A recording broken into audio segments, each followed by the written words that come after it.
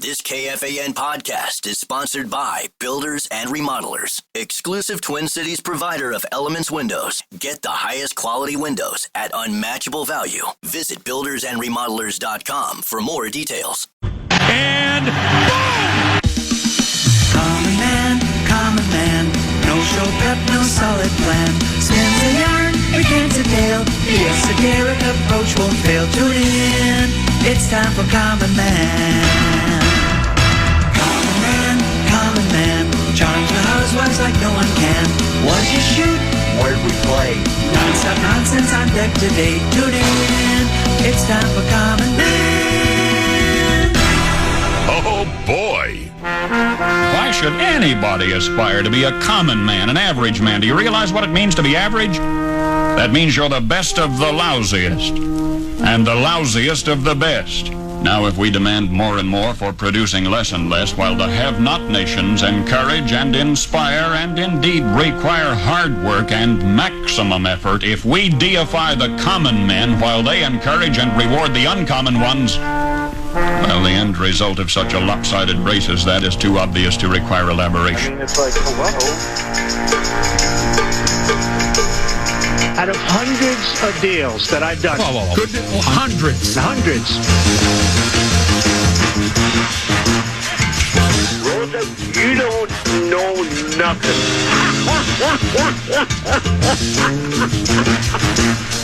Well done, young man! We'll head to Buffalo, play on the road. I think the weather, of course, having spent a lot of time in Minnesota, I understand the weather pattern. Pick up the Calcutta Clipper, swings down, swings up, lakefront influence, and out. I think we'll probably have about 45-degree weather, so it will not be a typical October 31st in Buffalo. Got right X. That's for me to know and you to find out. All the defensive backs covering are just atrocious today for the Minnesota Vikings. You know, sometimes when you practice, you'll set up chairs. You know, and you run through chairs just to show zones and stuff. The Viking defense looks like it's chairs. That's not that I'm tired of Brett Favre. You always love that one.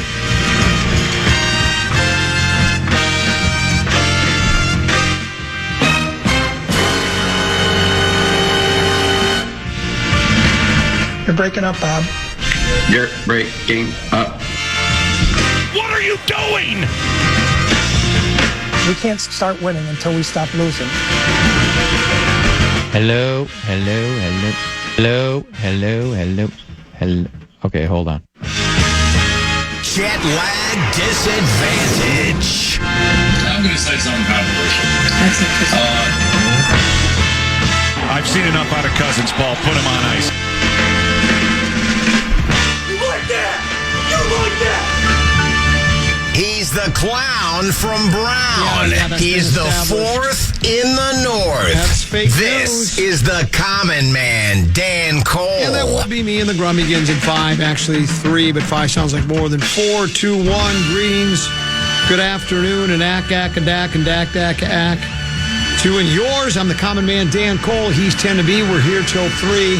I'm unprepared, uninformed, and unapologetic about it. If you're looking for poised, polished, and professional, stick around. That starts at 3 o'clock when Big Ticket, affectionately known as Big Ticket, he's Dan Barrero, and he will be here at 3 o'clock and take you to the end of our local broadcast day. I texted with your guy, Dr. Doug. Yeah, really? Yeah. Got some issues? Well, no, I just said the next time he goes on an exotic golf trip, would he bump you and bring me instead? And he said, no, that wasn't going to happen. I actually, I'm a vaccine guy. If they had a vaccine for, what I really wish they had a vaccine for was bad golf. I wish they could, you could just roll up your sleeve and they would inject you with some type of a concoction that would make you hit knockdown, punch, cut, fade draws on command and hit them properly every time. I would just like a cure for the summertime blues. Well, there's that what too. I would like. I'd like a cure for Avatar. But what I asked him was, I said, if I'm going to get a vaccine, because Dr. Doug's a golfer, a very fine golfer, from what you tell me, I've never had the opportunity to play with him, but you said he's excellent. When did we play? You played with him once at White Bear Yacht Club. Oh, that's right. We did play at the White Bear. Hello, Doug. Dr. Doug would love to play White Bear again. That's right. We did play, and he was very good.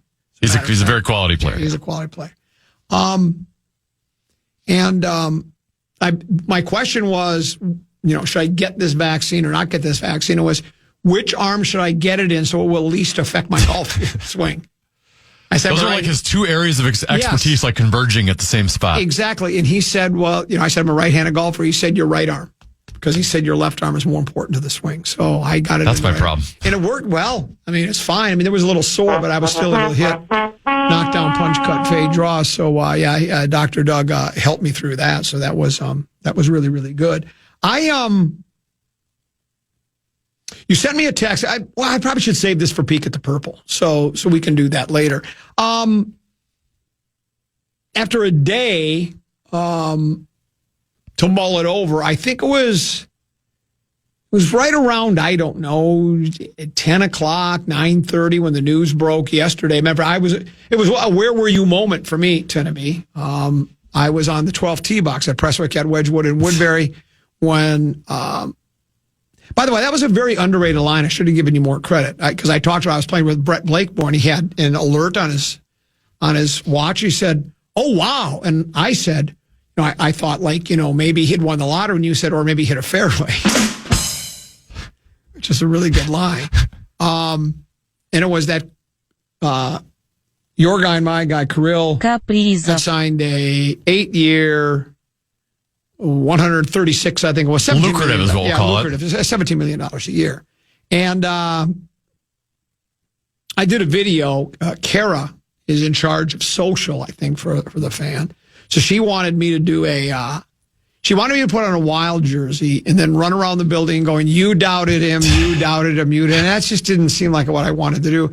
I told her maybe the bit I should do is the bit you and I do all the time. I could have done it yesterday where I pretend I haven't heard the news, right? Yeah. So I could have just done this video saying, I don't know, everybody seems to think there's no doubt he's signing a contract. I think he's out. And I'm depressed about it and just walk away.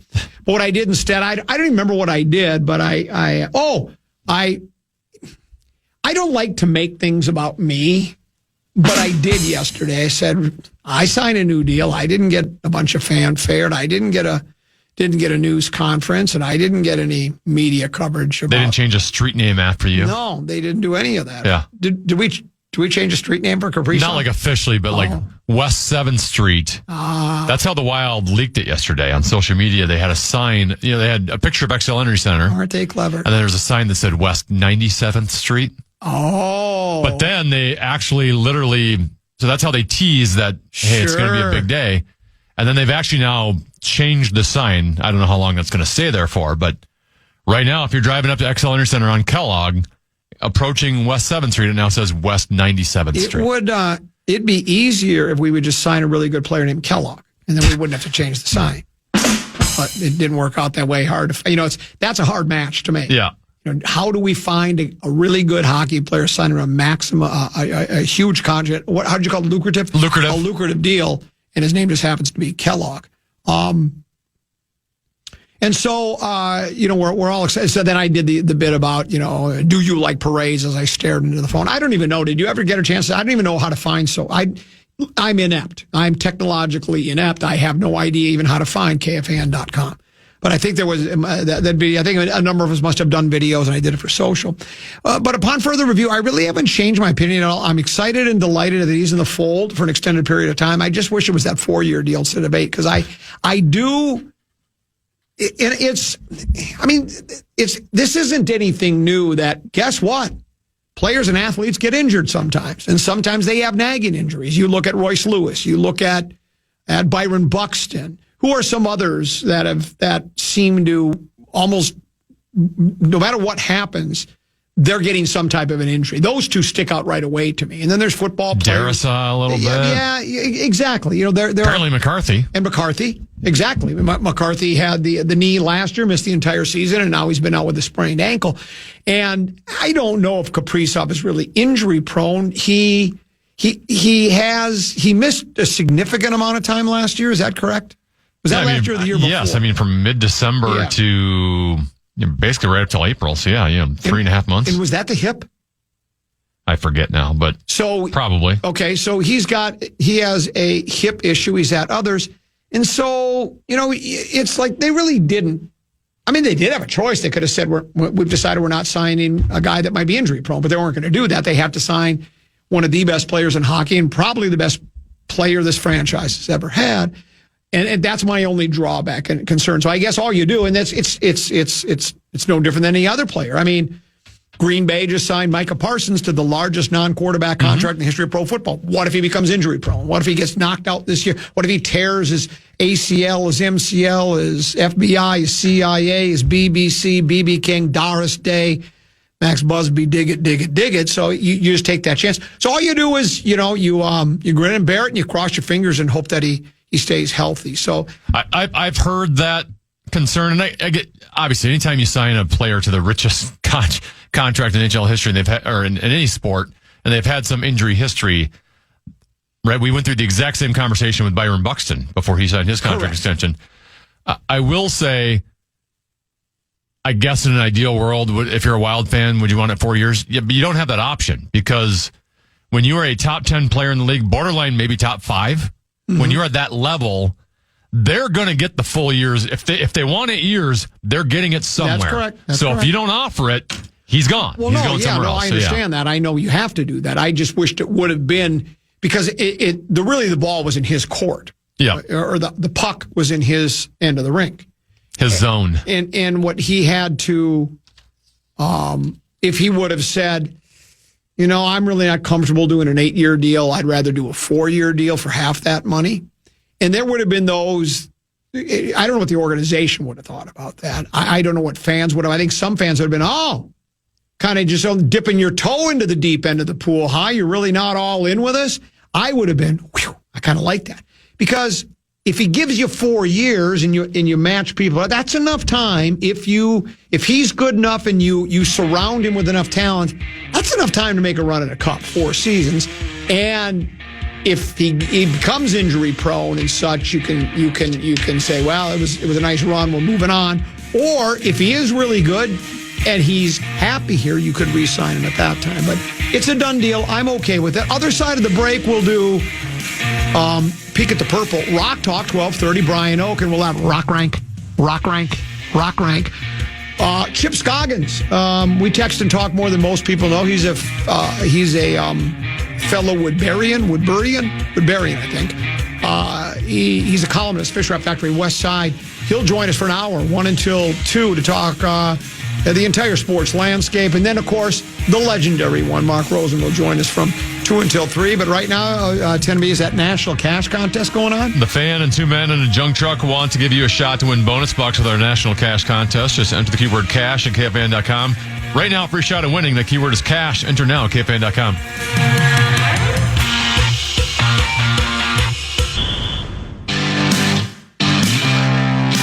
Get ready to laugh out loud. Comedian Kelsey Cook is hitting the Fitzgerald Theater on October 4th. The early show is already sold out, but don't worry. You can still grab tickets for the 8:30 show while they last. It's going to be a night of nonstop fun you won't want to miss. Nonstop, it never stops. Head to KFAN.com, keyword calendar for all the details. Just keeps going round and round and round and ba-ba-ba-ba. Day after day. Alone on a hill, a man with a foolish grin is keeping perfectly still. I'm about to ask you something controversial. That's interesting. If I could guarantee you that if the Wild traded Kaprizov today, you would win one Stanley Cup, would you do it? Yes. Thank you. Didn't want you to pull Lavelle and say no. I think Lavelle would change his mind on that when I asked him about.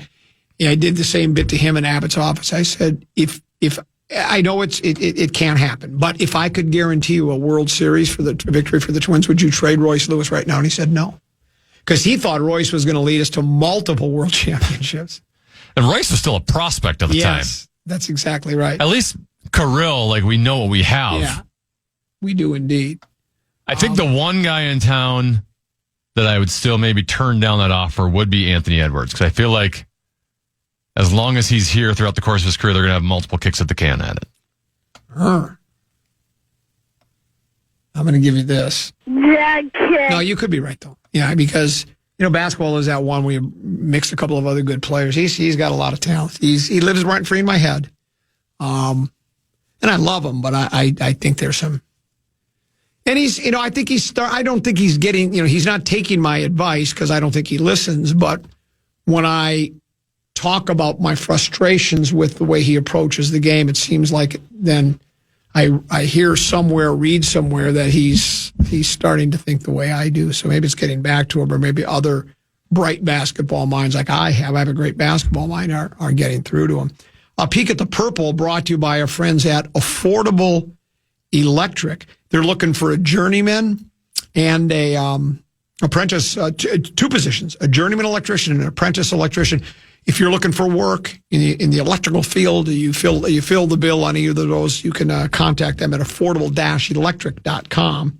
Affordable-electric.com. And remember, they are... Ooh, they're shockingly affordable. Before we get to that, text message says, your laughing bit is getting old. I'll be the judge of that. This is I host the show.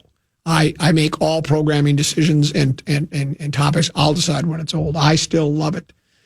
I love laughing at the comedian liners. I'd rather bring back Metallica. I went to Metallica. And then I like doing the, when we do have a concert one where, it's the old ad. It's the old, foreigner, you're as cold as ice, coming to the Grand Casino Arena, hot-blooded, check it and see. And they'll have the little, the hooks of each song between the pitch to buy Love tickets. And then I like doing the wrong songs. And that's probably getting really old too, but guess what? We're not going to stop. I do need to say this just real quick, and I love you listening. I want you to continue listening, but there are going to be some things you don't like. You can't like everything, right? It's like if you go to a restaurant, you might not like the spinach and artichoke dip. That you would just yucky. You'd throw up on that one. I just love spinach and artichoke. When I look at a menu at the restaurant, 90% of it I wouldn't touch. Yeah, but that doesn't mean you don't go to the restaurant. Yeah, I'll still go to the restaurant. So come on to the fan and I think it's and for you can't please everyone. So you've got to please yourself. Yeah. Adam Schefter. All I know is if you and I are having fun, then the audience is having fun. We're having lots of fun right now. Adam Schefter is having fun. He tweets, change in Cleveland. Browns are benching veteran quarterback Joey Flacco in favor of rookie quarterback Dylan Gabriel, per sources.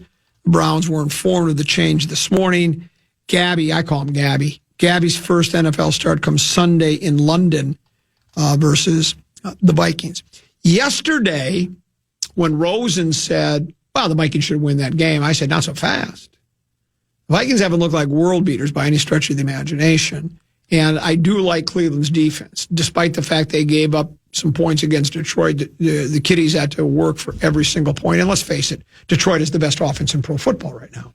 And did last year and probably the year before. And I don't see them slowing down at all. And maybe that, I thought maybe they'd either, taken a step back, or maybe Green Bay's defense was really, really good. But then we saw what happened with Green Bay on Sunday. They gave up 40 to Dallas. So, it changes week to week. You never know who's coming or going. But I now would think, when you have a rookie, there are issues, right? I mean, we saw it with our guy, right?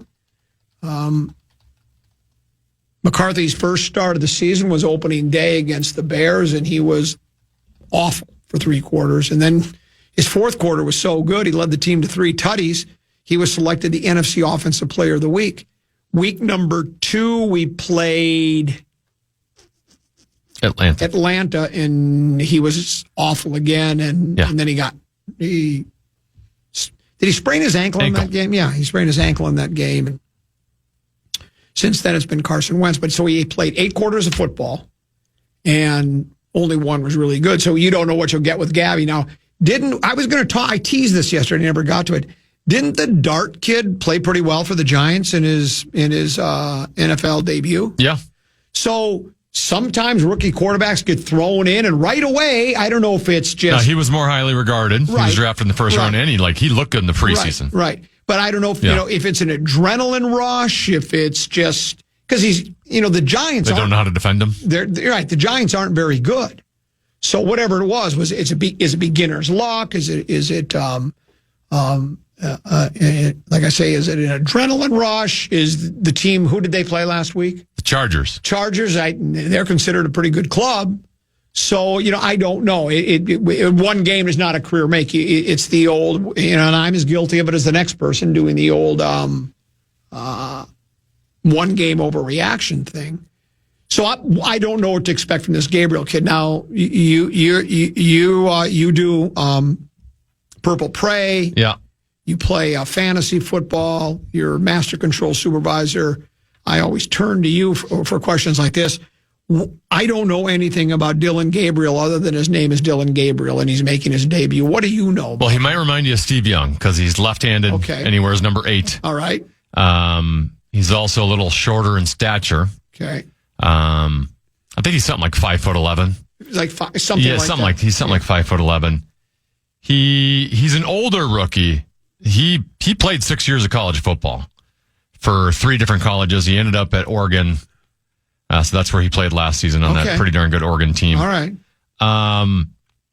I was a little surprised to see him drafted in the 3rd round by Cleveland, especially because Shedeur Sanders was still on the clock. Right. I hadn't thought of Dylan Gabriel as one of the, top echelon quarterbacks, yet they drafted him late in the 3rd and obviously are going with him over Shedeur Sanders.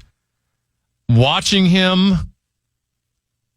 I don't know if he has like a big time arm talent. Okay. Right? Like I think it's in the NFL where you're going to need to place that in a little into windows. I don't know if he has some of the arm strength. He kind of reminds me a little bit of Russell Wilson in terms of he's a little mobile. He's not super athletic, but I mean he's mobile. He has like really good touch on those deep balls. He'll kind of like drop it in the bucket like what Russell Wilson does. Sure.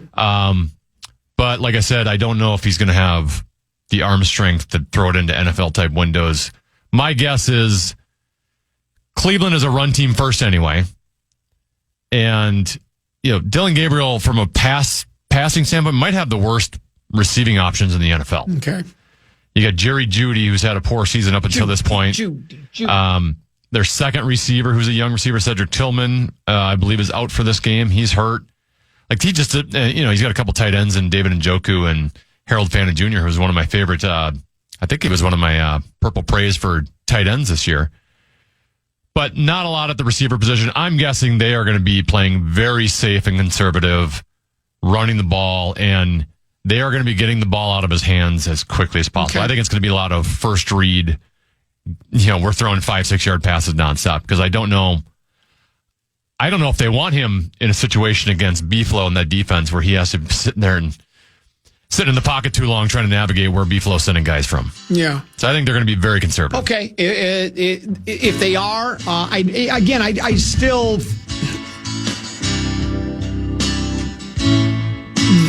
The Vikings haven't done enough for me in the first 4 weeks for me to believe that, this is...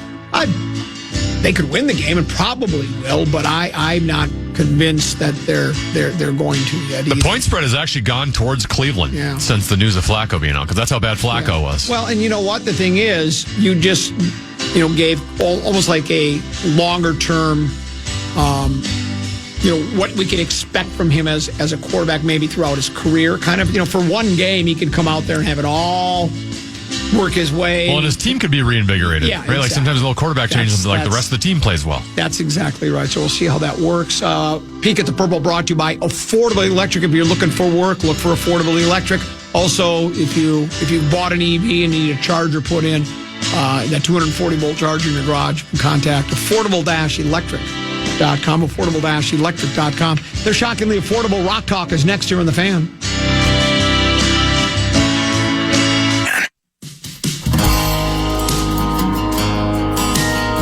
We all remember that one teacher who made a difference, who believed in us, challenged us, or just made learning fun.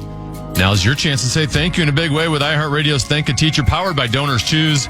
Nominated Outstanding Public School Teacher who's gone above and beyond for their students to win $5,000 to stock their classroom with whatever they need. Help us say thank you to the educator shaping our future. Nominate your favorite teacher now at iHeartRadio.com/teachers. Couple 13-14 pastime comedies tend to be. Brian Oak joins us now for Rock Talk. And before Rock Talk is over, there'll be Rock Rank.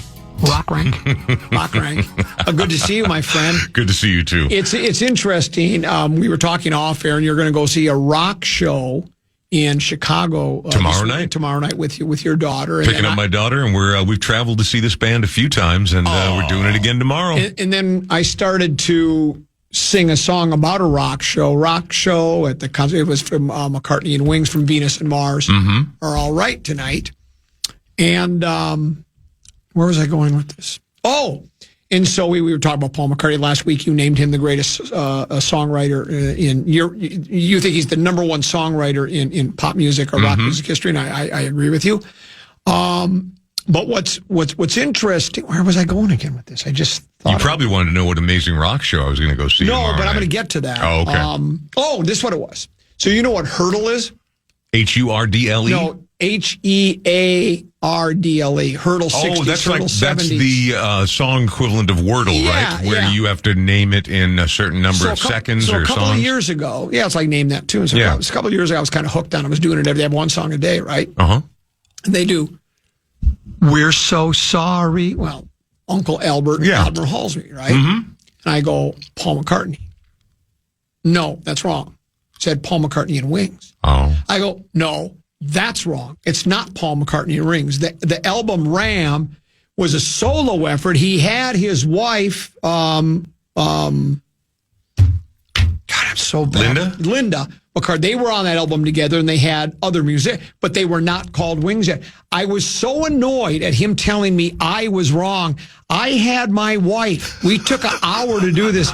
We tracked him down, and I sent him an email and said, I'm not wrong. Paul McCartney was a solo artist at the time. That was not Paul McCartney and Wings. And then he kind of, he said, he was kind of just real dismissive of it. I think he was annoyed that I busted him and caught him. And he's like, oh, okay. It was almost like, so who cares? I go, well, I care. Because you said I didn't know. Right. And you said I was wrong, and I was right. Right.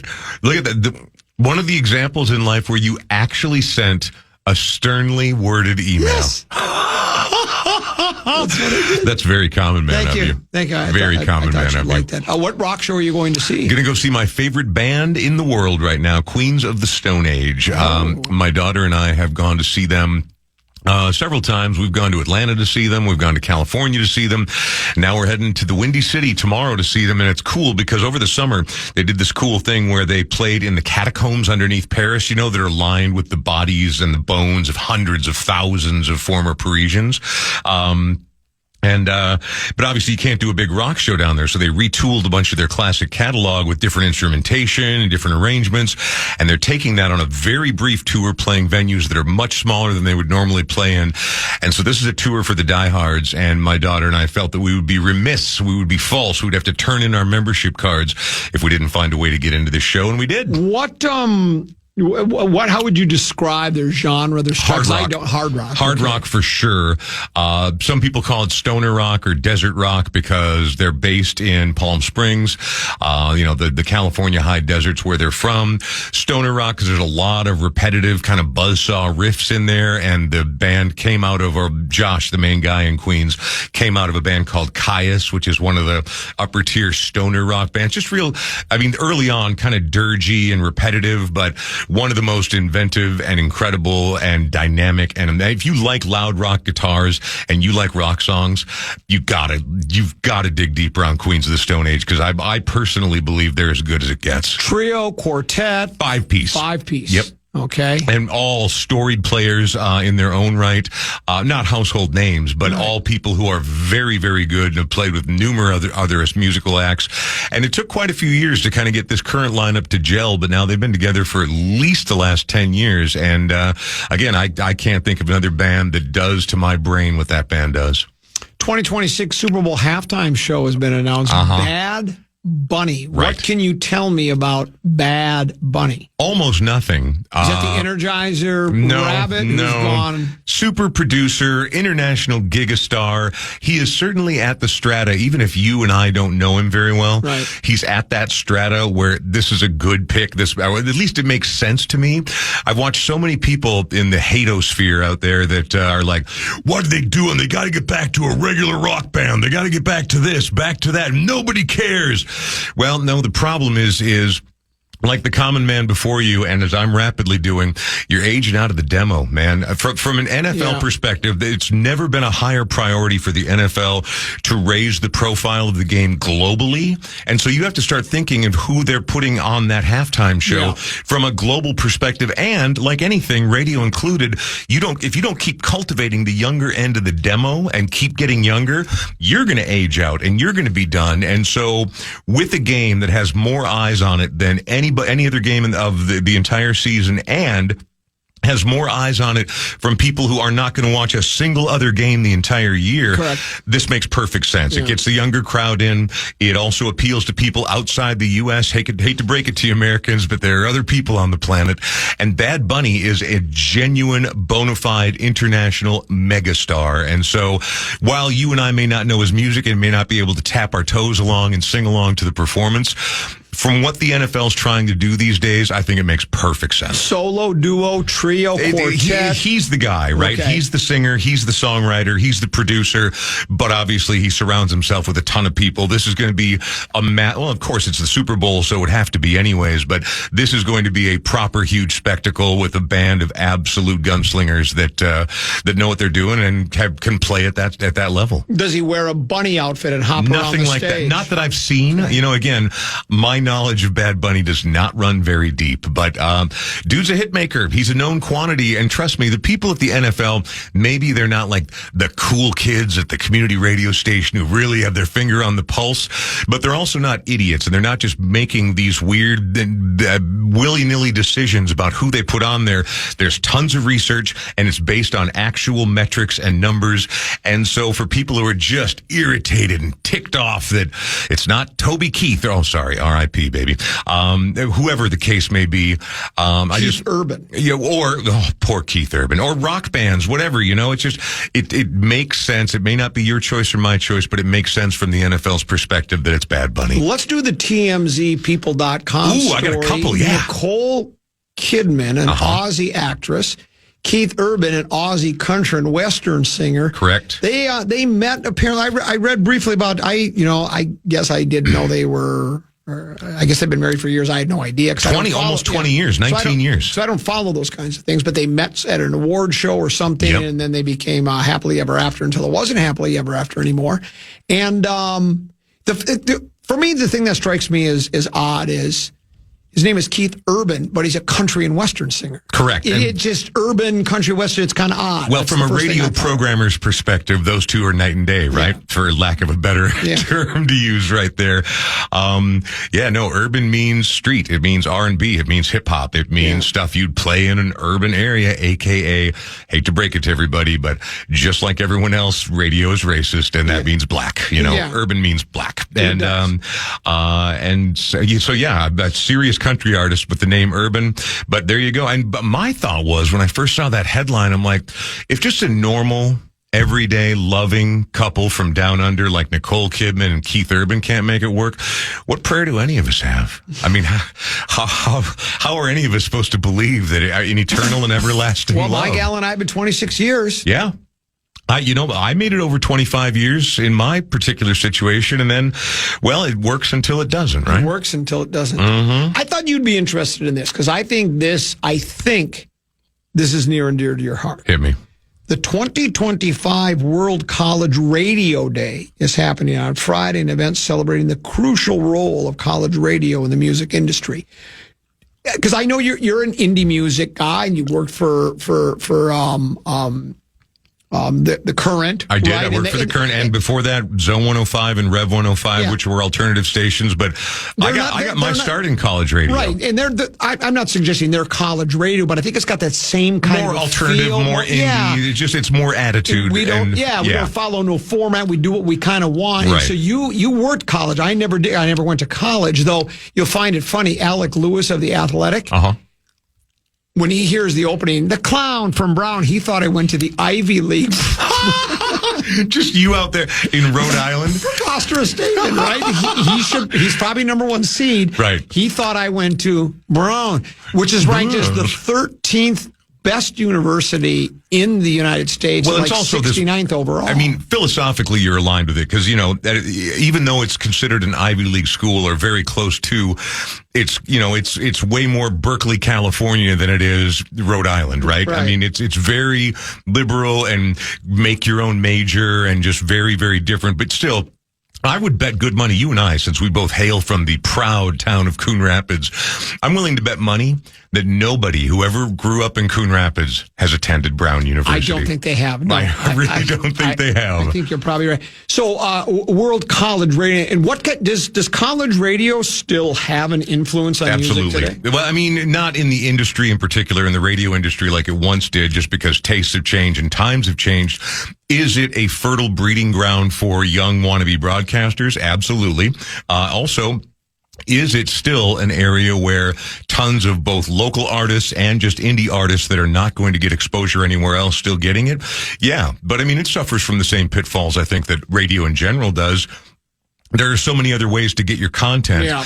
If I'm not an alum or I'm not attending that school, do I want to hear someone who has a real hard time doing the broadcasting thing like you and I do, even if they're playing cool music? So again, you got to make it like KFAN's done. You got to make it, KFAN. You got to make it a destination if it's going to survive. So it's smaller than it once was, but I started down at KQAL in Winona back in 1986, man, that where Pops is now, where Doug is. And, and then dropped out of college, but I was the music director down there in my freshman year. I mean, I loved it. I dove right into it. And then I just didn't think radio was something an average, everyday, run-of-the-mill Coon Rapids guy could do. So I ignored it for another 9 years. And then 25 years later, I started working at the over at the U of M when it was still WMMR, and then it changed. I was there day one, the first morning show on Radio K 30 years ago now. So it's it obviously has an impact. It definitely has a place. Is it changing how people are living their day-to-day lives or what they're listening to?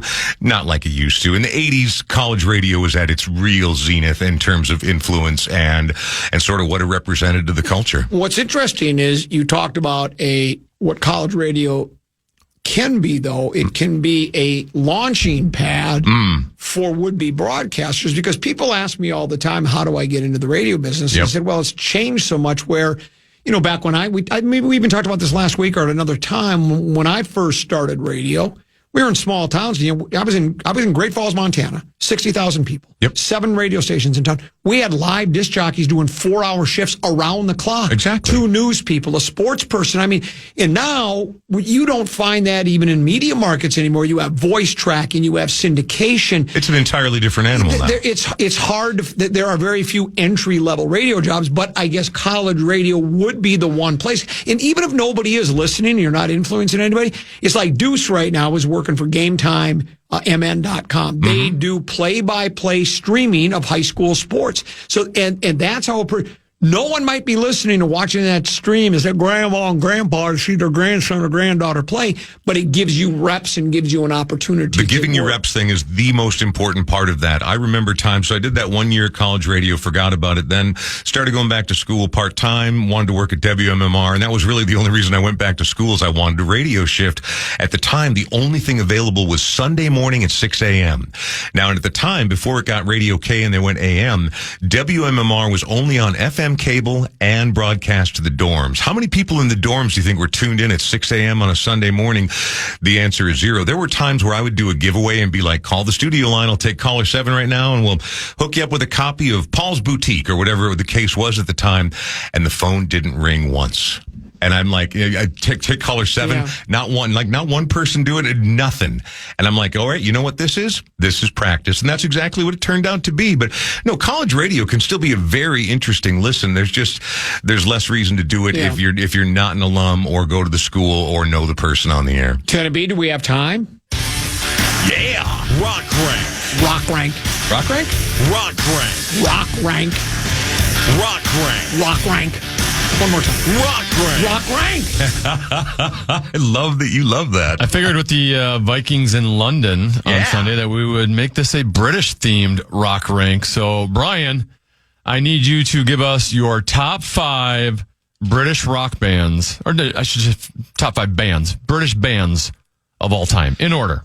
Okay. There's a lot to choose from, so good luck. There's too much to choose from, and this is another one of those lists where so many are getting left off that on another person's list, I wouldn't be surprised to find out if they come in at number 1. So I'm going to go 5-1, and this is a combination of both my personal flavor and what their impact was and what they've done and certain undeniable objective metrics that simply cannot be denied. At number 5, I'm going with Queen. Anybody listening, your favorite band doesn't have a front person as good as Freddie Mercury. The end of that story. There's no argument. Who's better than Freddie Mercury in front of a band on the stage when it's time to command the crowd and bring rock action and storytelling and presentation and charisma on that level of that caliber? Name somebody better than Freddie Mercury. That sounds like a future rock rank, by the way. I love it. Best frontman of all time. I would love to do that one because I have opinions. I have opinions. So Queen comes in at number 4 for me. I didn't do it. Is it sacrilegious to say that I was never a big Queen fan? No, not at all. Because I was never a big Who fan, right. And there are certain people who think that's major sacrilege. And spoiler alert, the Who does not crack my top 5. Well, there's something wrong. I do think what's great about Queen is there's like nothing else that sounds like that. That's for sure. I feel like they're completely unique, and they stayed amazing for a very long time. And they really, of all the things they did, that sort of operatic bent to rock and roll, the nature of the storytelling, the theatrical presentation. Sorry, Styx, there will always be Queen before Styx. That's just the way it is. So I didn't do any solo artists on this because I didn't want to muddy the waters with my unbelievable love of David Bowie. So I just went with bands here. And at number 4, I am going with the Rolling Stones. Rolling Stones, again, not the widest palette, mostly blues influence, but they went from the cool, kind of real, respectable, covering American blues, which is what everyone was doing in the early 60s. And then they blossomed and they changed, and they both expanded and explored and did things that no one had been really doing before. And they were there, for at least from the British perspective, when American country music and rock and roll really started. It was happening out in California with the Byrds and artists like that. But over in the UK, they really were the first ones to embrace that sort of old school. You like the Stones, don't you? Yes, I do, very much so. Yeah, so that's number 4 for me. Number 3. Number 3 is, and again, now this one starts to get it a little bit more into personal taste, but their impact and their influence cannot be denied. I'm going with Pink Floyd. Pink Floyd. Dark Side of the Moon is one of those albums of on the Deserted Island. If I had to pick 5 albums, that's one of them. Dark Side of the Moon. And their whole career is great. And they're another one of these bands that were around for long enough that those first 2 records where Syd Barrett was there, mind-bendingly psychedelic, the absolute godfathers of psychedelic rock and roll right there. But then it transformed into weirder, more atmospheric stuff, still very druggy, and then this sort of epic, it wasn't opera, it wasn't really proper rock and roll, whatever was happening with The Wall and Dark Side of the Moon, that defined album rock right there, and they were good at every phase of it, and some people would say still good. It's not the same to me without Roger Waters, but again, that's personal opinion. Number 2, Rock Rank. Number 2 is a band that we have talked about a great deal lately, partially because of the documentary, partially because they are literally one of the greatest rock bands of all time, and I don't think it's questionable by any measure or from any perspective, and that would be Led Zeppelin. I got a whole lot of love. loved. Yeah. So, I mean, you could argue that the Yardbirds should be on this list because of the pivotal point they played. But to me, that's the same conversation as Led Zeppelin. They were just the early incarnation before Led Zeppelin fully blossomed into, again, when, as Tenna said, like Queen, nobody sounds like Queen. Nobody sounds like Led Zeppelin, except maybe Greta Van Fleet, but that's just strictly aping it. No one did what Led Zeppelin did, and no one sounds like Led Zeppelin, and almost none of their songs sounded like other songs of theirs, but you always knew it was Led Zeppelin. To me, they are the defining British rock band of all time. Is Led Zeppelin 4 almost a perfect album? I think it is. Well, most people think that is. Yeah, whether you're talking about Fast Times at Ridgemont High, there's that whole spiel in that movie about that, or just like to listen to it. But you know what? Any one of those first 5 or 6 records, Houses of the Holy is my favorite, but they're all great. Genuinely great. And number 1, let me guess. This one's obvious. No, it's not. The Kinks. Oasis, Iron Maiden, Left Bank, Coldplay, Judas Priest, Genesis, Depeche Mode, the Kinks, Pet Shop Boys, Dire Straits. By the way, all of those bands that we just riffed on right there are all worthy of conversation. Those are all Hall of Fame caliber bands. I didn't go with anybody from the modern era because I like Oasis, but I don't share the freakish enthusiasm much of the world does for them. But then for we were talking college radio. 2 of the bands that kept college radio alive that were the mainstays, British bands, the Smiths and the Cure, they were absolute staples, A-listers. They were the Bad Bunny of college radio back in the 80s. They were amazing, but obviously number 1 British band of all time is the Beatles, and I don't think I need to qualify that. I don't think there's anything I can add to the Beatles conversation that hasn't already been said hundreds of times Though before. Corey Cole would say that 311 is light years ahead of the Beatles. Well, sadly, they're not a British band, so that we don't get to add them to the conversation. But really, man, Sex Pistols, Def Leppard, Black Sabbath, Moody Blues, the Zombies, the Police. There are so many legendary British bands. And that's why I asked you, Tenna, I'm like, what decade? Because we really should try to narrow this down, or it's going to be a very familiar list of names. But I stand by every one of those that I threw on there. You have a podcast, I'm told. I do. It's actually higher rated than you'd guessed. I didn't know that many people would actually listen to a podcast, especially when you do it 2 times a week. It's called The Brian Oak Show. Pretty local stuff, but we focus on the music scene. We focus on musicians. We play music. We talk about music a ton.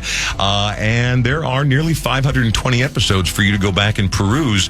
And you can find it by using your free iHeartRadio app, which I understand is the #1 destination for podcasting. We'll be looking for your review on Queensryche, which is tomorrow. No. Queens of the Stone Age. Queens of the Stone Age. Who wrote that? You did not make that joke. I came up with that. No, I did. Did you really? Well, yeah, because when we were talking about Queen, I was going to say, are they anything like Queensryche? I know the name Queensryche. I don't know anything about it. That was a good one. Thank you. I thought you'd say. So, Queens of the Stone Age, we'll get your review next Wednesday and other nuggets as well. Sounds good. Thanks very much. That's Brian Oak and Rock Talk. We'll take a break, come back. Chip Scoggins of the Star Trib joins us next. Talk a little sports. Right here on the Common Man program on the Fan.